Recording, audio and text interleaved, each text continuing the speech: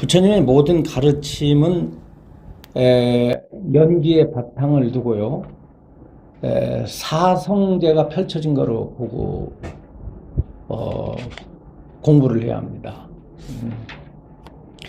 불교가 뭐냐 그러면 이제 연기법과 사성제예요. 그만큼 사성제가 매우 중요하죠. 근데 이제 사성제는 결과적으로 중생의 문제와 중생의 그 문제의 해결법입니다. 중생의 문제라는 게 뭘까? 불만족, 즉 두카, 고통이에요. 고통, 괴로움입니다. 육체적, 정신적 고통이 모든 생명들의 근본 문제죠. 태어나가지고 죽을 때까지 계속 끊이지 않고 발생하는 이 괴로움. 우리의 몸은 병과 늙음과 죽음으로부터 결코 자유로울 수 없고요. 우리의 마음은 온갖 번뇌로부터 자유로울 수가 없습니다. 근데 중생들은 이상하게도 이 고통덩어리인 몸과 마음으로부터 벗어나려고 하질 않아요. 계속 그것을 감싸고 있죠. 그것을 비호하고, 그것을 두둔하고, 그것을 외면하고, 그러잖아요. 그죠? 그, 고통이라는 사실을 직시해야 되거든요. 그거를 인정해야 된다. 그래서 불교 공부를 하시는 분들은 고통을 진리로 받아들여야 된다고 제가 말씀을 자주 합니다. 우리가 이 세상에 태어난 이상에는 우리의 몸과 마음, 즉 오온으로 불려지잖아요. 오온으로 불려지는 이 오온은 자체에서도 고통이 발생할 뿐만 아니라 그 오온이 외부의, 즉 자연 환경에 영향을 받아가지고 또 고통을 받고 있어요. 그러니까 오온 자체가 고통인데 또 그것이 외부의 여러 가지 자연 환경에 의해서 고통을 받으니까, 그러니까 뭐 내오외환이라고 할까? 뭐 끊임없이 뭐 내적 외적으로 문제를 안고 있는 건데, 바로 그 입장에서는 불교는 어디로부터 출발하느냐 하면 고로부터 출발하는 종교입니다. 그 기독교 같은 경우에는 신으로부터 출발을 해요. 일단은 태초에 하나님이 계셨잖아요. 그죠? 근데 불교는 태초로 거슬러 올라갈 필요가 없습니다. 지금 여기 내 몸과 마음 오온으로부터 출발해요. 과거의 오온도 아니고 미래의 오온도 아닙니다. 오온은 결과적으로 사람이죠. 자기 자신이에요. 근데 자기 자신은 지금 이 순간에 존재하잖아요. 과거에 나는, 과거의 자기는 사라져버렸고 미래의 자기는 오지 않았다고요. 그렇죠? 근데 오로지 지금 현재 오온이 이 순간에 발생하여, 오온이 몸과 마음이 이 순간에 일어나고 이 순간에 사라지는데, 그 사라지는, 발생하고 사라지는 오온이 그냥 발생하고 사라지는 것이 아니라 두카를 수반한단 말이에요. 고통을 수반한다고. 그러니까 지금 여기서부터 출발하는 게 불교예요. 이게 다른 종교와 아주 그 차이가 있는데, 왜 그러냐면 불교는 인간학이기 때문에 그래요. 신학이 아니에요. 인간학이에요. 인간 자체를 신이라고 하는 어떤 절대자를 빌리지 않고 문제를 스스로 발견하고 직시함으로 인해서 그렇다고 한다면 이로부터 벗어날 수 있는 방법은 없겠느냐 라고 이제 이렇게 사유해서 교리가 전개된다. 그러니까 어떻게 보면 엄청 합리적이고 과학적 가르침이라고 할 수가 있죠. 대단히 합리적이에요. 신 그러면 합리적인 합리적이라고 할 수 없죠. 신은 믿음의 대상이에요. 믿으면 뭐 합리적이고 안 믿으면 합리적이지 않죠. 물론 신이 있다고 한다면 신은 인간이 어떻게 생각하건 니들이 뭐 니까지 것들이 피조물 주제에 내가 있다고 하건 없다고 하건 믿건 안 믿건 인정하건 인정하지 않건 신은 존재한다고 그렇게 생각하면 이런 말따위가 필요 없겠지만 우리는 어디까지나 인간은 이 신도 인간이 생각하는 거란 말이에요. 그렇잖아요. 또 신의 계시도 하늘에서 말이에요. 신이 갑자기 수많은 인간들에게 동일하게 듣도록 계시하는 게 아니라 자기가 선택한 어떤 특정한 사람에게 계시를 하잖아요. 그죠? 그렇다고 한다면 그 계시도 또 어때요? 인간을 통해서 계시가 되기 때문에 인간을 통해서 계시됐다고 한다면 인간을 통로로 해서 계시됐다고 한다면 어차피 그것도 불교의 입장에서 볼 땐 뭐다? 신학이 아니라 인간학으로 보는 거예요. 그래서 이런 그 명제하에서 지금 이 강의가 진행되고 있는 것입니다. 교재 85페이지에 보면은 중간에 봅시다. 전반에 이제 뭐가 있냐면 고제의 네 가지 속성 그랬죠. 그죠? 고제. 고통의 진리. 괴로움이 지니고 있는 네 가지 성질이다 이 말이에요. 속성이 있는데 하나하나씩 이제 이번 시간에 살펴보는 것입니다. 1. 그래.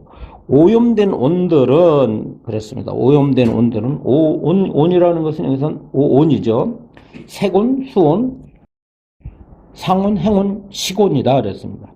색은 물질로 된 몸, 육신. 그 다음에 수는 느낌, 상은 생각이에요. 아르말이에요.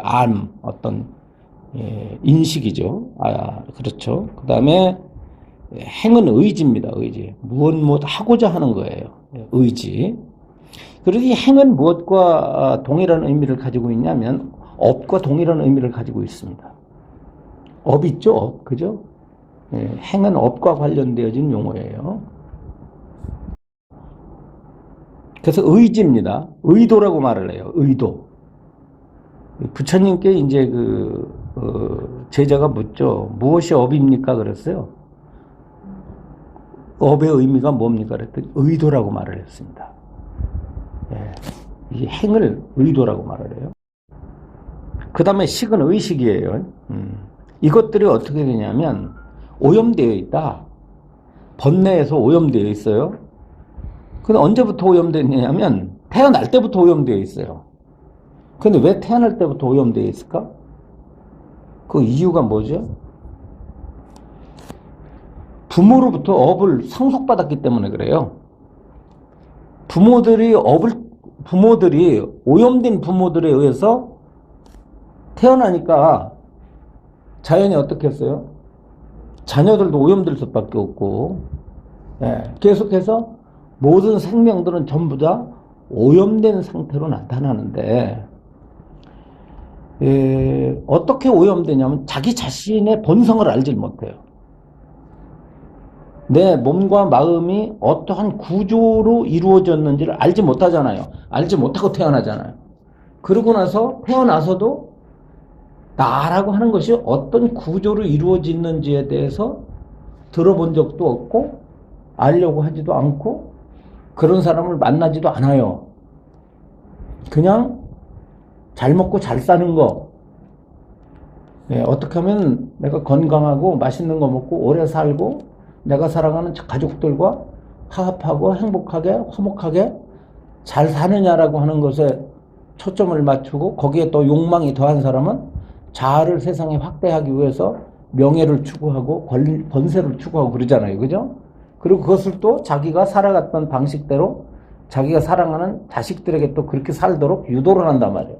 그래가지고 뭐 공부 잘해라 라든가 뭐 출세해라 라든가 이래가지고 이제 자아를 갖다가 어떻게 해요? 계속해서 자기 자신이 무엇인지를 모르는 채 세상에다 확대를 시키려고 하는 삶을 살고 그것을 계속 전승한단 말이죠.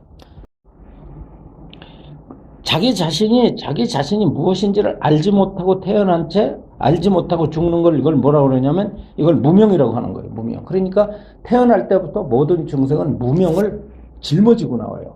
그래서 이 무명이라는 말은 없을 무자, 밝을 명자 이러는데, 예, 밝지 못하다, 빛이 없다는 뜻입니다. 예? 비드라는 말이 있는데, 이게 비드, 빨리 비드가 빛이라는 뜻이에요. 그래서 아비드 그러는데, 이 아자는 부정어라 그래서 아비드 그러면 이게 무명을 가리킵니다. 이 중생은 모든 중생이 무명, 즉 아비드 상태에서 태어나고 그렇게 살고 죽는데, 거기다가 이제 그 본능이 있단 말이에요. 본능이 뭐냐면 바로 이게 중요한 이제 불교에서 끊어야 될 그 주제로서 끊어야 될 그게 바로 가래죠. 가래, 땅하라고 하는 갈애입니다. 여기서 지금 나오고 있어요. 이제 자 읽어봅시다. 오염된 온들은 무상하다 이 결론입니다. 무상하다. 무상하다는 것은 변한다라는 뜻입니다. 변한다. 이게 찰나도 머물지를 못한다 이 말이에요. 찰나도. 이 무상의 진리가 상당히 심오한 진리입니다. 흔히 사람들은 뭐 인생 무상 이렇게 말을 해가지고 사람이 뭐 젊은 사람이 친구를 갖다 한 30년 후에 만났더니 야 정말 엄청 늙었네. 야 너하고 나하고 그렇게 말이야 학창 시절에 그때 이렇게 보고서 안 만났는데 뭐 이렇게 너 변할 수가 있냐. 인생 참 무상하다 그러잖아요. 그리고 뭐 건강하던 사람이 심장마비로 죽으면 참 그 사람이 참 무상하네 이런 말을 합니다. 이 사람들은 무상을 어떻게 보느냐면 좀 이제 부정적으로 봐요.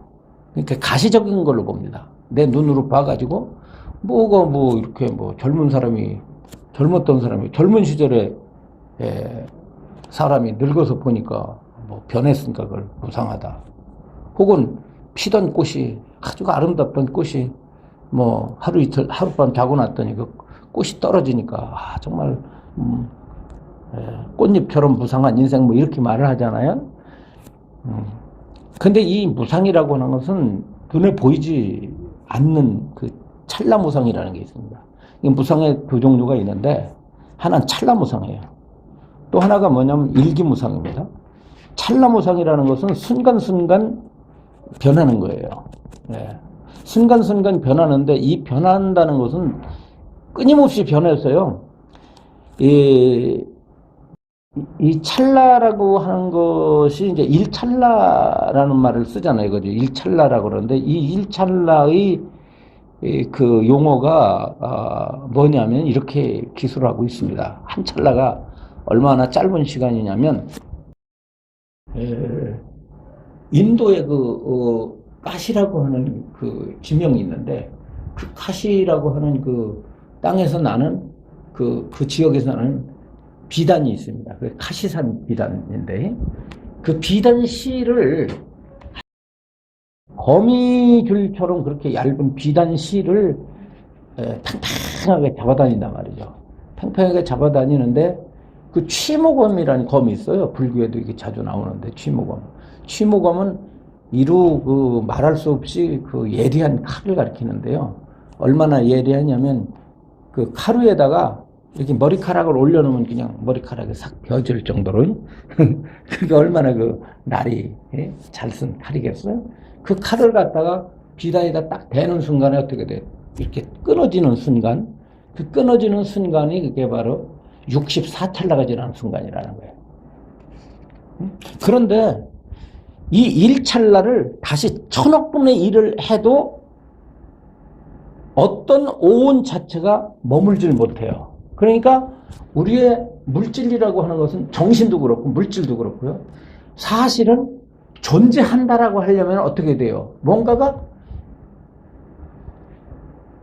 1000만분의 1초라도 변하지 않고 있어야만이 존재한다고 할 수가 있는데 그렇게 0.0000001초도 머물지 못한다면 거사님 그걸 있다라고 말할 수 있겠어요? 존재한다라고 말할 수 있겠느냐. 그래서 이 찰나 무상설에 의해서 보면은 이 세상 모든 것은 있는 게 아니에요. 있으려면 시간적으로 고정되게 시간적으로 0.00001초 1초를 1000억분의 1을 하더라도 뭔가가 제 모습을 가지고 존재해야 되는데 그러지 못하니까 있다고 말할 수가 없는 거예요. 그렇다고 해서 없다고 할 수도 없잖아요. 그죠? 이렇게 무상에서 볼 때는 있다라고 하자니 머물지 못하죠. 없다라고 하자니 나타나 있잖아요. 그러니까 뭐 결과적으로는 무상은 뭐냐면 유무를 벗어난 중도적 존재를 가리키는 거예요. 이걸 잘 알아야 돼요. 불교에서 무상은 중도와 관련된 용어이다. 찰나무상이 쌓이고 쌓인 것이 이것이 일기무상이에요. 일기무상은 존재하던 것이 아무튼 완전히 눈앞에서 사라져 버리는 거예요. 다른 형태로 완전히 바뀌든지 사라져 버리는 거예요. 예를 들어서 이제 촛불 있잖아. 촛불이 순간순간 타들어가죠. 타들어가는데 그 촛불은 1초 전의 촛불과 1초 후의 촛불은 동일한 촛불이 아니에요. 왜냐하면 새로운 초가 녹고 또 새로운 공기를 만나가 산소를 만나가지고 타들어가기 때문에 촛불은 1초도 자기 모습을 가지고 있지 않습니다. 그럴 때 촛불이 찰나도 머물지 못하고 변해가는 것을 찰나무상이라고 한다면 아무튼 그 초가 한 자루가 다 타서 불이 꺼졌을 때 그때 그 불은 어때요? 이걸 일기무상이라고 한다면 중생은 현재 찰나무상을 당하다가 비로소 죽음을 맞이함으로 인해서 일기무상을 다시 당하게 되는 거죠. 일기무상입니다. 일기무상. 한 기한 동안 어떤 하나의 정해진 기간 동안에 존재하다가 소멸하는 거 이것을 가리켜서 일기무상이라고 한다. 그래서 이걸 이제 무상을 아니자라고 말을 합니다. 아니자. 무상하다. 오염된 온도는 무상하다. 오염된 온도는 끊임없이 순간적으로 발생하고 해체되고 있기 때문이다. 이것을 이해하면 무상한 사물들을 영원하다라고 믿는 왜곡된 생각을 없애게 한다라고 하는 거죠. 이게 부처님께서는 늘 우리에게 뭐를 염하라고 그랬어요? 늘 무상을 염하라고 그랬어요. 사라진다는 사실을 늘 기억해야 된다. 여기서 무상이라는 것은 매 순간 변한다는 뜻이다. 인연에 의해 생멸하는 모든 현상은 과거 상태가 해체되고 새로운 어떤 것이 되는 변화를 겪는다. 여기 보세요. 조대한 변화는 이 조대라는 게 뭐냐면 거칠고 크게 이런 뜻이에요. 변화는 사람이 죽거나 의사가 부서졌을 때처럼 어떤 것이 끝날 때 일어난다. 이게 조대예요. 그러니까 가시적으로 우리가 볼 수 있는 그 무상을 이걸 갖다 가리킵니다. 여기 있던 의자가 부서지는 거 볼 수 있죠? 내가 사랑하던 사람이 죽은 거 이거 우리가 이제 겪고 삽니다. 이걸 조대의 변화라고 그래요. 그런데 이 반대로 이제 미세한 변화는 있는데 미세한 변화는 이 미세한 변화는 결과적으로 찰나생멸과 관련돼 있겠죠, 그죠? 조대한 변화는 무엇과 관련돼 있을까? 일기무상과 관련돼 있는 거예요. 이렇게 제가 설명을 드려야만이 연결이 돼요. 어떤 것이 한순간에서 다음 순간까지 동일한 것으로 남아있지 않는 것이다 라고 하는 거는 그러니까 하루를 우리가 살지만 아침에 나와 점심에 나와 저녁에 나는 같은 자다 같은 자가 아니다. 같은 자가 아니다. 그러면 1초 전에 나와 1초 후에 나는 같은 자다 같은 자가 아니다. 같은 자가 아니다. 찰나 전에 나와 찰나 후에 나는 같은 자다 같은 자가 아니다. 동일자는 없다. 그런데 중생은 어때요? 동일자라고 착각을 해요. 그래서 어제 내가 이랬잖아 그러죠. 그래서 과거의 자아에 묶여버려요. 동일자라고 생각했기 때문에. 그래서 과거에 겪었던 어떤 자기의 고통이 있다면 자기가 겪었던 고통을 현재화시키잖아요. 근데 과거는 이미 현재의 자아와 과거의 자아가 바뀌었음에도 불구하고 중생은 과거의 자아와 현재의 자아를 동일시 하려고 그래요. 변하지 않은 걸로 착각을 해요. 그러니까 자아는 계속된다고 보는 거예요. 다시 말하면 사건은 변하지만 그 사건을 겪고 있는 자아는 동일하다고 여기기 때문에 중생들은 과거를 기억해가지고 현재의 고통을 만들거나 과거의 문제를 현재로 끌고 와서 해결을 한다거나 혹은 미래에 오지 않은 미래의 자아를 상상해서 현재의 고통을 만들어요. 그리고 이런 공부를 우리가 자세히, 이런 강의나 설법을 자세히 들어서 자세히 듣게 되면 어떻게 돼요? 과거의 자아와 현재의 자아를, 예, 동일화시키질 않습니다. 동일화시키질 않지만은 다만 어떤 관계가 남아있을까? 원인과 결과의 관계는 남아있는 거예요. 과거를 원인으로 해서 현재의 결과가 있는 거예요. 그죠? 그럼 과거의 자아와 현재의 자아는 동일자가 아니라 어떤 관계예요? 인과적 관계다라고 하는 겁니다. 인과적 관계다. 인과적 관계에 놓였기 때문에 우리가 또 다시 한편으로 볼 때는 과거를 무시할 수가 없어요. 예를 들어서 제가 거사님 한 대 어저께 때려놓고서 오늘 와가지고 아무렇지도 않게 생각한다. 그리고 거사님이 나한테 말하기를, 아 정말 섭섭합니다. 전번에 왜 저를 갖다 때립니까? 그러면 그 과거 지나갔잖아요. 그런데 뭐 지금 문제 삼고, 그러면 그게 질서가 있는 얘기입니까? 한마디로 질서가 없는 얘기죠. 만약 그렇게 된다면 이 세간법이 무너져 버려요. 세간의 질서가 무너져 버린다. 그런 식으로 나가면. 그러니까 과거와 현재는 집착의 대상이 아니라는데, 다만 집착의 대상이 아닐 뿐이지 영향은 있다. 인과의 법칙은 있기 때문에 이것을 풀어나가야 될 책임은 있는 거예요. 행해야 될 책임은 있는 거야. 우리의 감각은 조대한 무상을 목격한다. 조대한 무상은 눈으로 겪는 것들, 직접 경험할 수 있는 것들을 목격한다. 우리 육체는 이렇게 명백한 방식으로 태어나고 죽지만 더욱 미세한 변화의 과정이 매 순간 일어나고 있음이 틀림이 없다. 지금 이 순간에도 그 무상의 법칙은 틀림없이 진행되고 있다는 사실을 우리는 어떻게 돼요? 믿음이 아니라 사실은 만나고 있는 거예요. 직접적으로 경험하고 있는 거예요. 자세히 사유를 해보면, 자세히 생각을 하면 어떻다? 우리들은 그 무상을 직감할 수가 있다라는 거죠. 그렇지 않으면 유아기부터 노년까지 교대하고 목격할 수 있는 변화가 일어날 수 없는 것이다. 만약 찰나 무상, 미세한 무상을 우리가 받아들이지 못한다면 우리가 조대한 무상도 만날 수가 없게 된다. 왜? 갑자기 사람이 늙는 게 아니잖아요. 갑자기 늙는 게 아니라고 한다면 그 안에 뭐가 있었다는 거죠?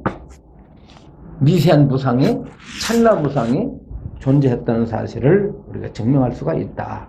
그래서 이 무상은 믿음이 아닙니다. 믿음이 아니라 우리가 늘 겪고 목격하는 것들이에요. 그렇기 때문에 이 무상은 바로 진리예요. 이 진리는 믿음의 진리가 아닙니다. 확인되어지는 사실, 그 사실이에요. 사실. 86페이지로 보면 사물이 생겨나는 순간 단지 그 사물이 원인들에 의해서 생겨났다는 사실에 의해서 그 사물은 해체의 본성을 갖고 있다는 말에 대부분의 불교도들은 동의한다.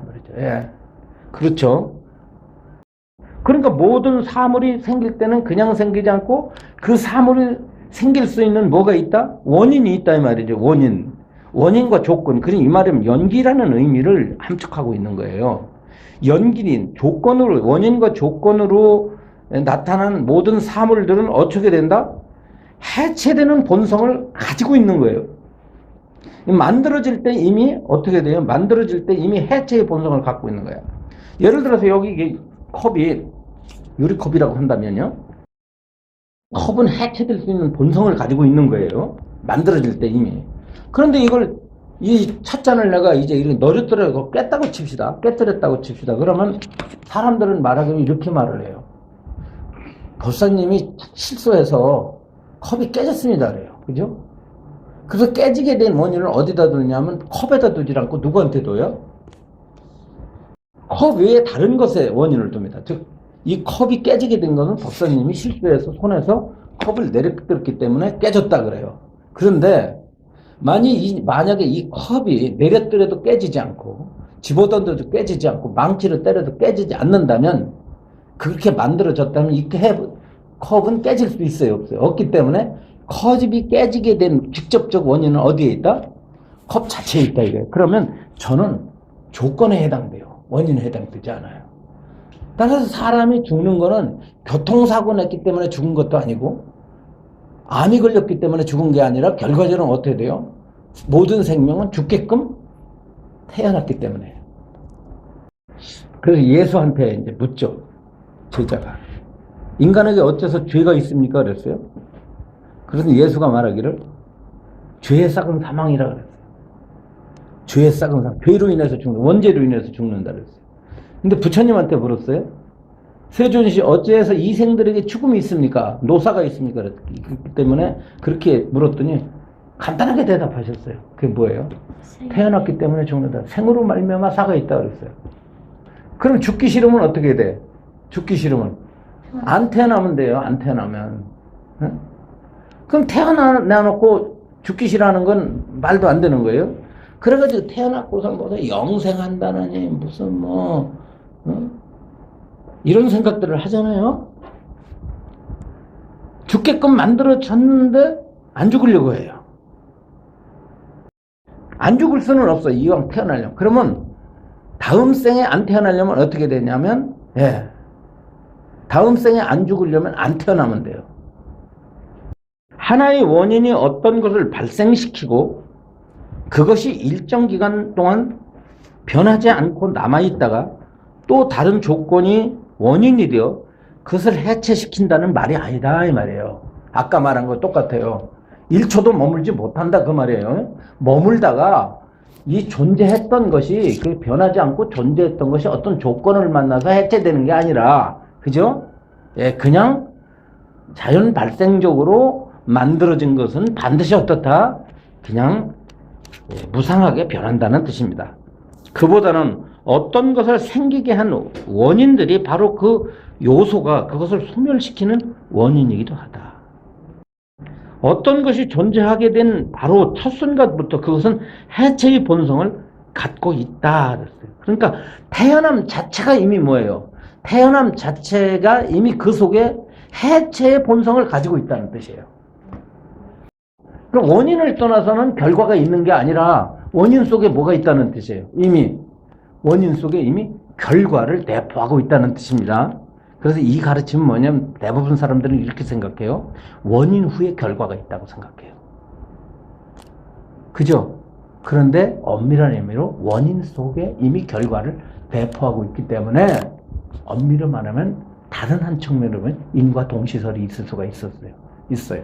원인과 결과는 동시다라고 하는 이것이 바로 거예요. 이미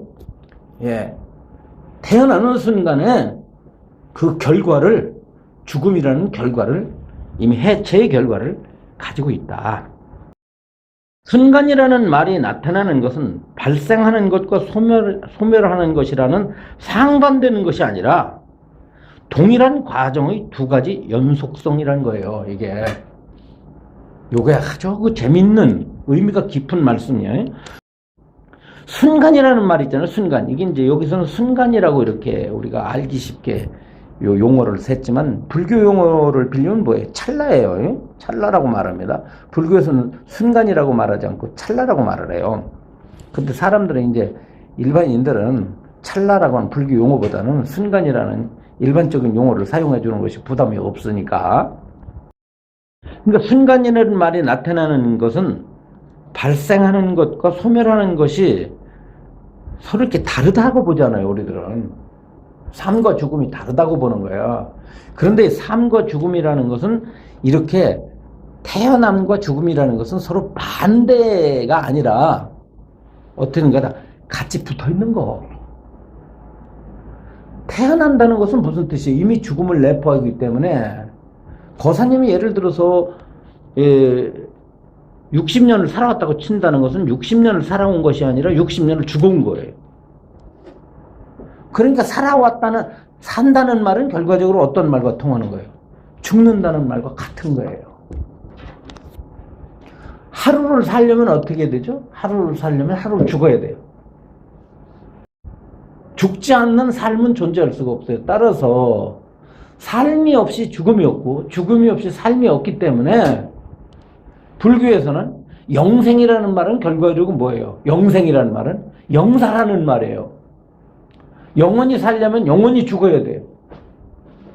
자, 시간적으로 내가 예를 들어서 1000년을 산다고 칩시다. 그러면 어떻게 돼야 돼요?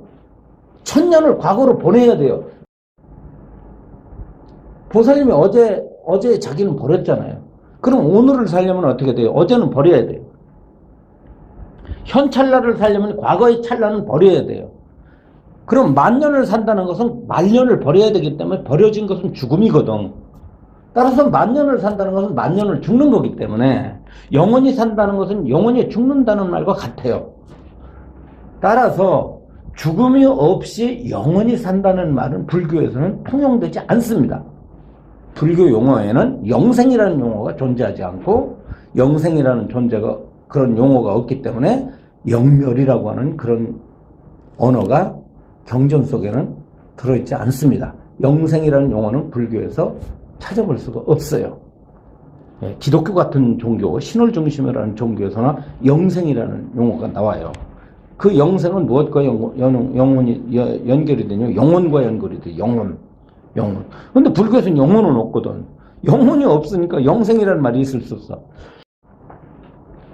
가령 예를 들어서 어떤 신이 존재한다면 신은 영원하신 분이다라고 말을 하지만 영혼이라는 말 자체가 이미 시간적인 거예요. 영혼이란 그 언어 자체가 시간적인 거 아니에요? 그죠?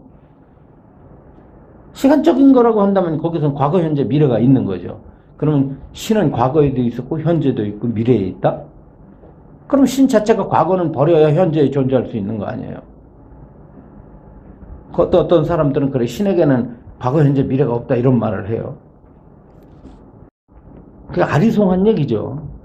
존재하는 것이 어떻게 시간의 제약을 받을 수가 있겠는가? 신은 존재하는가? 존재한다. 존재하려면 반드시 뭐가 있어야 돼요? 존재하려면 공간과 시간이 있어야 돼요. 존재라고 하는 언어 속에는 반드시 시간에 혹은 공간에 용어가 따라 붙어야 가능한 얘기입니다. 네. 그런데 신은 존재한다라고 말하면서 신에게는 과거, 현재가, 미래가 없다? 그럼 시간이 없는데 어떻게 공간이 있어요? 시간과 공간은 불가분리의 관계에 놓여 있는데. 예. 그건 신의 영역이기 때문에, 그건 어줍잖은 인간의 머리로다 그걸 따지면 되겠느냐 해가지고, 그 불가지론으로 이렇게 그냥, 불가지론, 알 수 없다. 라는 걸 치부해버리죠. 그렇게 치부해버림으로 인해서 어떤 단점이 생기냐면 인간의 지혜가 막아져 버려요. 인간의 이성이 차단되는 것들입니다. 그렇게 해버려요. 근데 불교는 철저하게 분석하거든요, 지금처럼. 그런데 이러한 설법들은요, 이와 같은 지금 이 설명들은 참선해서 나올 수가 있는 얘기는 아닙니다. 선정을 닦았다고 이 무상의 이치를 꿰뚫을 수는 없어요. 이것은 통찰에 의해서, 통찰 수행에 의해서 이와 같은 설법이 나올 수 있는 것입니다. 통찰 선정, 통찰 수행을 통해서 이와 같은 무상의 이치를 꿰뚫어 알 수가 있다. 선정이나 기도를 통해서 알 수 있는 것은 아니고, 또 우리가 이렇게 배워서 아는 무상에 대한 지식과 그 다음에 뭐냐면 통찰 수행을 통해서 직접적으로 체득되어지는 이 무상과는 다른 게 있습니다. 현재는 실체가 없는 것이다. 현재는 이미 일어난 과거와 아직 일어나지 않은 미래 사이에 있는 발견할 수 없는 문턱이다 이 말이죠. 야, 이 표현이 아주 참 이거 표현이 강의 표현이 상당히 뭐라 그럴까 세련되어 있죠, 그죠? 세련되어 있어. 우리는 과거에 대해 골몰이 생각하고 미래를 위한 계획을 세우는데 많은 시간을 보내지만 과거나 미래는 지금 이 순간에 일어나고 있는 것들이 아니다 이 말이죠. 과거나 미래는 지금 이 순간에 일어나고 있지 않죠. 과거는 이미 지나가 버렸고 미래는 오지 않았기 때문에 이 순간에 이 순간에 없는 거예요. 항상 우리가 살고 있는 유일한 시간은 현재 하나 있지만 지금 이 순간에 있지만 현재라는 것은 포착하기도 어렵고 10억 분의 1초 사이에도 변하고 있다. 이미 우리가 지금 현재 하는 순간은 어떻게 돼버려요? 현재 하는 순간에 우리가 현재다라고 하는 순간 인지 그렇게 우리가 현재라고 인정하려는 순간에 이미 그 현재는 지나가 버려. 우리가 머리로 다 현재라는 걸 떠올리는 순간에 이미 그 현재는 과거가 돼버리고 말아요. 따라서 그 현재는 얻을 수가 없어요. 잡을 수가 없고 과거도 얻을 수가 없고 현재도 얻을 수가 없고 미래도 얻을 수가 없는 거예요. 어떤 사람이 이런 말을 해요. 불교 하시는 분들이. 불교는 현재를 철저히 사는 공부다. 이런 말을 해요. 왜? 그런 얘기 많이 하죠. 과거에 대한 집착을 버려라. 오지 않은 미래를 염려하지 마라. 오직 순간순간 현재를 잘 살아야 된다. 그래요. 그런데 이 고급 교류에 들어가면 현재라는 게 있는 거야? 현재라는 게 있어야 잘 살지. 말은 그럴듯하지만 그 언어들이 안고 있는 그것이 사람들에게 우연을 주고 그야말로 과거에 대한 집착을 버리고 미래에 대한 집착을 버려서 오로지 현재의 삶을 충실히 살아서 참 행복해지도록 하는 그런 역할은 순기능적인 역할은 하고 있지만 불교 교리적 법성의 그 어떤 뭐가 있어요? 오류는 안고 있는 거야. 따라서 공부를 제대로 한 사람은 그런 언어를 제대로 함부로 쓰질 않아요. 무서워서. 현재를 철저히 살아라 이런 말을 그냥 방편으로 하긴 하더라도 하면서도 머리로는 야 현재가 있냐? 지금 이 순간에 깨어있기 이런 말을 많이 하잖아요. 그래서 그 이 순간에 깨어있기라는 언어가 그것이 과연 수행자들에게 필요한 말씀이고 합당한 말씀이지만 과연 그게 철저한 법성, 아주 그 세밀한 가르치냐의 입장에서 볼 때는 그 말이 과연 부처님의 교설이라고 할 수 있는가? 라는 걸 따져봐야 돼요. 예를 들어서 위파사나 하는 사람들이 이런 말을 해요. 지금 여기를 보라고 그러고 현재 자기 마음을 보라고 그래요. 이 현재의 마음을 보라고 그래요. 번뇌가 일어날 때 그 일어난 번뇌를 보라고 그래요. 알아채라고 그래요. 근데요, 우리들은요, 보는 순간 그 과거 것만 보는 거예요. 현재를 볼 수가 없어요. 조금 이건 좀 이제 각도가 다른 말이지만, 우리들에게 이제 번뇌가 일어나잖아요. 그죠? 번뇌가 일어나는 번뇌가 있고, 그 일어나는 번뇌를 관찰하는 지혜가 있다고 보잖아요. 그리고 번뇌가 일어날 때 번뇌를 알아챈다고 하잖아요. 그럼 사람들이 이렇게 생각해요. 번뇌가 일어나는 마음이 있고 알아채는 마음이 있다고 생각을 해요. 그럼 마음이 두 개가 돼요. 일어나는 마음과 알아채는 마음. 그럼 마음이 두 개가 될 수 있을까요? 그래서 나는 이렇게 말을 하죠.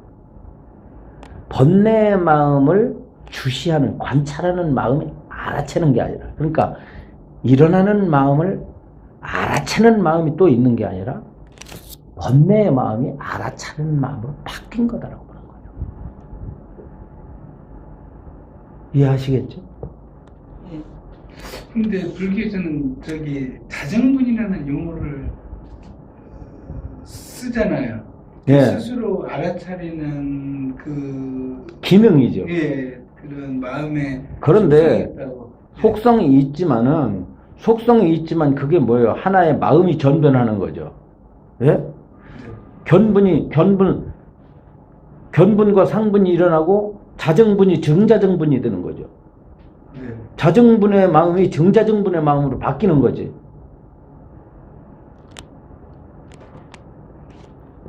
번뇌를 일으키는 마음이 관찰하는 마음으로 바뀌는 거고 그 관찰하는 마음이 지혜의 마음으로 전환되는 거지. 근데 제가 이 앞부분에서도 이건 약간 좀데 오운을 말씀하시지 않습니까? 불교에서요. 네. 수상 행식. 근데 그러니까 우리들은 흔히 그냥 그 불교 아니고 이 세속에서 가르치는 그냥 심신으로 그냥 가르치잖아요. 마음과 마음을. 근데 이제 불교에서는 그걸 나눠갖고 색소상행식 오온으로 나누는데 근데 사실 식과 불교에서는 그냥 그 심소법이라고 그래갖고 행과 수상도 다 그 심소법으로 집어넣어갖고 이렇게 크게는 색법, 심소법, 신법 이렇게 나누는데 제 생각에는 좀 그렇거든요. 이 심소법이 항상 있다고 주장하는 파가 있고 심의에서 만들어졌다는 파가 있고 그래서 제 생각에는 그 말하는 그 보는 나와 보여지는 내가 있으면은 이 보여지는 나는 심소의 현상으로 나타난 것이 아닌가 뭐 그렇게 꼭 단정적인 이해를 근데요. 없지만 중요한 게 뭐냐면 심법이 심왕법 아니에요. 예. 네. 심왕법에다가 그 다음에 심소가 일어나잖아요. 예. 예? 사람들은 심왕과 심소를 시간적으로 심왕이 먼저 앞서고 심소가 다음에 일어난다고 생각을 해요. 희망이 항상 있고 그런데요, 심왕과 심소는 동시적으로 발생합니다. 이걸 갖다 식의 구기성이라고 그래요. 다시 말하면 식에서 수상행이라고 하는 심소가 발생하잖아요. 그죠? 오온 가운데서 식은 마음 자체요. 마음 자체요. 그리고 마음 자체에서 수상행이라고 하는 작용이 일어나요. 그 작용을 소라고 하는 거예요. 심소라고 말하는 거예요. 그런데 사람들은 생각하기를 심 자체가 심이 일어날 때, 식이 일어날 때, 식이 발생할 때 이미 촉수상사 자기가 같이 발생을 해요. 먼저 있고 나중에 일어나는 게 아니라 동시성이라는 말이죠. 예. 따라서 이게 이제 왜 그러냐면 중생의 식은요. 중생의 식은 형성이 되는 순간에 식이 만들어지는 순간에 이미 작용을 해요. 한 번도 식 자체가 심왕으로 존재하지 못해요. 다시 말하면 심소를 일으키지 않은 채의 식은 없어요. 심왕은 없어요. 그러니까 심소가 존재하지 않는 심왕은 존재하지 않는다. 따라서 심왕과 심소는 늘 같이 간다는 뜻이죠. 자, 계속 공부해 봅시다. 현재는 실체가 없는 것이다. 현재는 이미 일어난 과거와 아직 일어나지 않은 미래 사이에 있는 발견할 수 없는 문턱이다. 우리는 과거에 대해 곰곰이 생각하고 미래를 위한 계획을 세우는데 많은 시간을 보내지만 과거나 미래는 지금 이 순간에 일어나고 있는 것들이 아니다. 항상 우리가 살고 있는 유일한 시간은 현재 안에 있지만 현재라는 것은 포착하기 어렵고 10억 분의 1초 사이에도 변하고 있다. 고정된 현재의 순간을 조사하기 위해서 우리가 시간의 흐름을 멈출 수는 없다. 그래서 현재를 갖다가 조사해 보려고 하면 현재를 조사해 보려고 그러면 현재의 조사가 가능하냐 가능하지 않느냐 가능하지 않다. 무상하다는 것을 알면 우리가 사랑하는 사람들이나 소유물들, 기분, 우리에게 닥친 문제들과 같은 무상한 것들을 영원한 것이라고 생각함으로써 생긴 해로운 감정을 치료하는 강한 해결책이 된다고 그랬습니다. 예. 그러니까 이제 뭐냐면 뭔가를 우리가 잡아두려고 하는 것들 있잖아요. 영속화시키려고 하는 것들. 이런 것들은 결과적으로 뭐냐면 부처님 법수에서 볼 땐 해로움을 끼친다 이 말이에요. 해로운 감정을 유발시키게 한다는 거예요. 무상한 것들을 무상한 줄 모르면은 우리에게 해로운 감정들이 생기게 된다. 어떤 사람은요, 한 번도요, 내 자신이 걸어가다가 교통사고를 당해서 죽을 수도 있다. 내 사랑하는 자식이 엄청난 사고를 나고 이별할 수도 없고 전화 한 통이 걸릴 수도 있다. 예를 들어 경찰서에서 누구누구시죠? 아, 죄송하지만 당신의 아내가 누구누구 여사가 병원에 있습니다.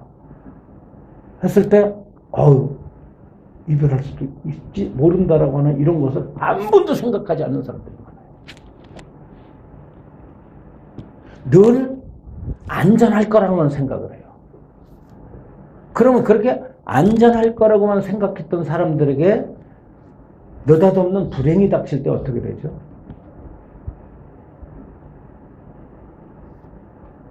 말할 수 없는 절망감과 고통에 휩싸이게 되는 거 아니겠어요? 그죠? 예.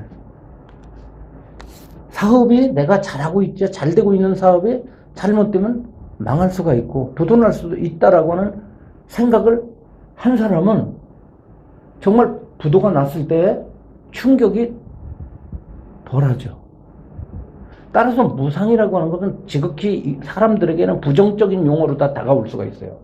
무상. 중생들은 엄연히 세상 자체가 자기 존재 자체도 무상한 줄을 알면 무상하면서 무상하다는 그 언어를 들으면 회피하려고 그래요. 기분이 나빠요. 거사님 영원하지 못합니다. 거사님 언제 죽을 수도 있어요. 이런 말 하면 어떻게 돼요? 기분 나쁘게 말이야. 나보고 악담하는 거예요. 뭐야 나보고. 그래서 법사님도 당연히 죽을 수도 있습니다. 그럼 제가 그래요. 차 타고 가다가 갑자기 사고 나서 죽을 수도 있는 거야. 그러면 당연하죠 법사님. 길 가다가 제가 잘못해서 택시한테 칠 수도 있는 거예요. 이런 말을 스스럼 없이 할 수 있어야 돼요. 부처님 제자는. 그런데 기분 나빠 공부하러 갔는데 말이야 나보고 하는 말이 문 밖에 나가면 교통사고 나갈 수도 있다. 정말 그걸 왜 기분 나쁜 얘기 하느냐 그러잖아요. 중생들이 얼마만큼 이 무상을 받아들이는 걸 싫어합니까? 무상 받아들이기 싫어하죠. 무아 받아들이기 싫어해요. 마찬가지로 인간은 고통의 존재다라는 말 받아들이기 어렵습니다. 한마디로 중생들은 그저 죽어서 천당이나 보내준다 그러고 극락이나 보내준다 그러면 좋아하지 실상을 얘기하면 싫어한다니까. 실상을 얘기하면 진리를 얘기하면 외면을 하는 거야. 그냥 무상하다는 것을 알면 우리가 사랑하는 사람들이나 소유물들 그리고 기분들 내가 가지고 있는 기분도 무상한 거 아니에요. 변하니까. 뭐 기분 좋으면 맨날 기분 좋아요? 기분이 나쁘면 맨날 기분이 나쁘냐고. 감정은 변하는 거거든. 이 기분이라는 말은요 감정이라는 뜻이에요. 감정은 무엇과 관련된 용어예요? 수입니다. 수. 색수상 때 색수상 행식할 때 오운 가운데 수가 감정과 관련된 용어이고 기분과 관련된 용어예요. 그 수는 3종이 있죠. 락수, 고수, 사수. 락수는 행복한 즐거운 느낌, 즐거운 감정. 고수는 괴로운 감정. 사수는 중간, 괴롭지도 않고 즐겁지도 않은 감정. 이런 것들은 이것은 항상 조건에 따라서 변합니다. 그리고 우리에게 닥친 문제점들과 같은 무상한 것들을 영원한 것이라고 생각함으로써 생기는 해로운 감정을 치료하는 강한 해결책이 된다. 무상을 알면. 모든 것이 변할 것이므로 가치 있는 것은 아무것도 없다고 생각하면서 허무주의에 빠지지 마라. 그렇다고 해서. 모든 것이 변할 것이므로 가치 있는 것은 아무것도 없지 않냐. 그럼 절대적인 거 없지 않냐라고 이런 식으로 또 허무주의에 빠지거나 해의주의에 빠지지 말라 이거예요. 잘못하면. 모든 게 뭐 무상한데 뭐예요. 이제 그거 비슷한 얘기를 이제 제가 하면. 금강경의 사구계 중에 사구계는 아니지만 자주 금강경의 가장 대표적인 글귀 가운데 범수유상 계시어망, 약견재상 비상 즉견예래가 있잖아요. 범수유상 계시어망 모든 현상은 다 허망하다. 이거를 항상 외우라고 그러거든요. 저를. 범수유상 계시어망, 약견재상 비상 즉견예래를 항상 생각하라고 그래요. 그럼 어떤 사람이에요? 법사님, 모든 게 계시 허망인데요. 합리화시켜요. 뭘 그거 가지고 그래. 계시 허망인데. 뭐 이런 식으로. 이제 어떤 동료가, 아침에 말이야. 기분 나쁘게. 집사람이 나한테 바가지 긁고 하여간 나올까 말까 하다가 아이 그래도 나왔네 그러니까 그렇게 말을 하면 아 그랬어요? 왜 두 분이 그랬어? 그리고 이렇게 대화하면 되는 건데 이게 그때 개시허망해버려. 모든 게 허망한 건데 뭐 모든 게 허망한 거예요. 그러니까 그 허망의 의미를 잘못 알아서 그래요. 그보다는 사물들이 일시적이기 때문에 사물들에 대한 집착과 분노는 비현실적이다. 그 말이죠. 여기서 말하는 거는. 말은 집착과 분노의 비현실적. 이익이 없다 이 말이죠. 무상은 또한 우리가 긍정적인 원인들을 만들 때 사랑과 자비심과 이타심 같은 긍정적인 특성들이 증가할 것이라는 것을 의미한다라고 하는 거예요. 예. 어떻게 되냐면 나의 그 무상하기 때문에 나의 어떤 심리 상태는 무상하잖아요. 무상하기 때문에 현재 내가 나쁜 감정을 가지고 있지만 그 나쁜 감정 자체가 무상성을 가지고 있으므로 이것이 뭐로 전환될 수 있다? 자비심이나 사람을 향한 배려심으로 전환될 수가 있는 거예요. 무상의 법칙은. 따라서 무상하기 때문에 어떻게 돼? 실패한 것은 어떻게 돼요? 성공으로 변할 수가 있는 거야. 씨앗이 무상하기 때문에 줄기로 변하는 거예요. 줄기가 무상하기 때문에 뭘로 변해요? 그것이 가지나 이파리로 변하고 그것들이 무상하기 때문에 거기서 열매가 맺는 거예요. 꽃이 피고 열매가 맺는 거예요. 그죠? 그렇게 되는 거예요. 그럼 우리들의 마음도 마찬가지다 이 말이에요. 그래서 우리의 마음, 이 무상이라는 말은 결과적으로는 한편으로는 긍정적이고 희망을 줄 수 있는 좋은 결과를 또 가져갈 수 있는 그런 성질을 내포하기 있기 때문에 무상은 긍부정을 함께 내포하고 있는 거예요. 가치적 측면에서 볼 때는 무상은 가치적 측면에서 볼 땐 긍정과 부정을 함께 가지고 있는 거다 이 말이죠. 무상은 괴로움이 즐거움으로 될 수도 있고 즐거움이 괴로움이 될 수 있는 항상 뭐다? 가변적인 속성을 갖고 있는 걸 가리켜요. 무상은 가변적인 것을 나타낸다. 그러니까 우리는 그러나 한쪽 측면을 보지 말아야 된다는 거죠. 무상의 진리를 우리가 볼 때는 한쪽만 보지 말아라는 거죠. 우리가 비행기를 탈 때 이것이 혹시 비행기 떨어지는 거 아니야? 그래서 못 타는 사람이 있어요. 또 어떤 사람은 비행기는 늘 안전하다고 생각한다 이 말이죠. 이것은 언제나 이 비행기는 나를 목적지까지 아무 일 없이 태워다 줄 거다라고 생각하면 이건 상견이고, 그렇지 않고 비행기는 떨어지게 돼 있으면 추락하는 것이 무서워서 타지 못한다면 그건 단견에 들어가는 거야. 이 사업이 잘 될 거라고만 생각하고 벌리면 상견이고, 이 사업 잘못하면 망하게 돼 있다서 아무 사업도 못하면 이것은 단견에 되듯이, 이 무상이라는 것은 항상 뭐냐면 중도성을 가지고 있어요. 빨리어 경전들은 무상을 발생과 소멸이라고 묘사한다. 이렇게 말을 합니다. 참 이게 중요해요. 재행은 무상인데, 재행은 무상이요 시생은 멸법이라 이랬습니다. 이게 빨리어 경전에 나오는 거예요. 재행은 무상이요. 그러니까 모든 행은, 모든 조건 지어진 모든 형성된 모든 것들은 무상한데, 그 무상한 것은 뭐냐면 발생하고 소멸한다는 뜻이다. 이렇게 나와요. 그러므로 이 발생하고 소멸하고를 벗어나면 이러죠. 그것이 곧보다 열반적정이다 그래요. 이게 이제 초기 경전, 빨리어 경전과 관계되어 있는 이 내용. 재행은 무상이요 시생은 멸법이라 생멸이 멸이하면 정멸이 의락이라고 하는 요 개송은 이게 바로 초기 경전의 아함경의 사구개입니다.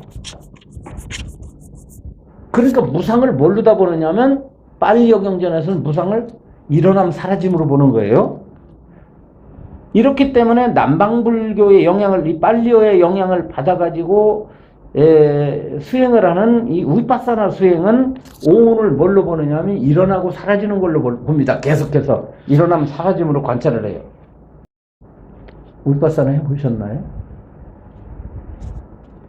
들어오면 그렇게 가르치죠. 예, 관찰하라고 신소신법을 부상을 하고 관찰하라. 네. 일어나고 사라지는 걸로 관찰하라. 그죠? 사라지는 음, 고통이 그죠. 예, 그렇게 봅니다. 그러나 부처님의 모든 가르침이 그런 건 아닙니다.